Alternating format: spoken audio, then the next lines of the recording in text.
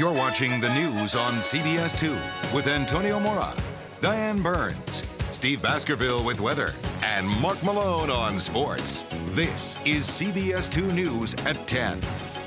The Illinois Department of Professional Regulations, the DPR, issues licenses and disciplines healthcare professionals. The mission is to protect the public from dangerous doctors. But the CBS 2 investigators found the agency has been understaffed and overwhelmed for years. Pam Zeckman reports now on the devastating impact on patients. A note here, some of the pictures might be difficult to watch. There was unnecessary surgery performed by an eye doctor, a podiatrist, and most recently a general surgeon. They left patients with bad vision, crippled, disfigured. Some died. Now there's a dentist who promised patients a lifetime of smiles, but gave them a mouthful of misery. Check it out.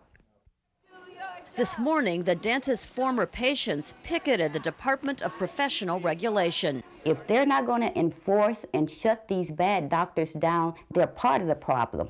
A problem with the state medical board's record of disciplining dangerous doctors, a record that's been documented by a medical watchdog group for 8 years. As long as the Illinois Medical Board continues being amongst the 10 worst in the country, the people in Illinois are going to be inadequately protected from those doctors. We reviewed 47 medical licenses revoked or suspended last year and found most resulted from investigations done by other states, other agencies, or criminal convictions. In other words, they required little or no investigation by DPR. Even when the state does act, sources say it takes far too long. Take the case of Fred Weiner, an Orland Park dentist. State charges against him date back to 1999, but were stalled for years. Not until late 2003 did the state suspend his license, calling his treatments an immediate danger to the public. His license should be revoked. Instead, Weiner's license was suspended for just 2 months. Without admitting any guilt, Weiner agreed to take continuing education courses and pay a $12,000 fine. It's a joke. It is a joke. A bad joke to patients who paid for permanent crowns but only got the implants to hold them. They're in crooked. They never got refunds for work that has to be redone or was not done. And I've lost $13,500 and now have to pay an additional $7,000. Former employees tell us that DPR just doesn't have enough investigators and attorneys to properly handle the thousands of complaints it gets each year. For example, department attorneys each handle up to 170 complaints at a time, a staggering caseload. So what's the state doing about it? We're going to focus our resources. And we're going to, continue to evaluate the needs. You don't know what you need?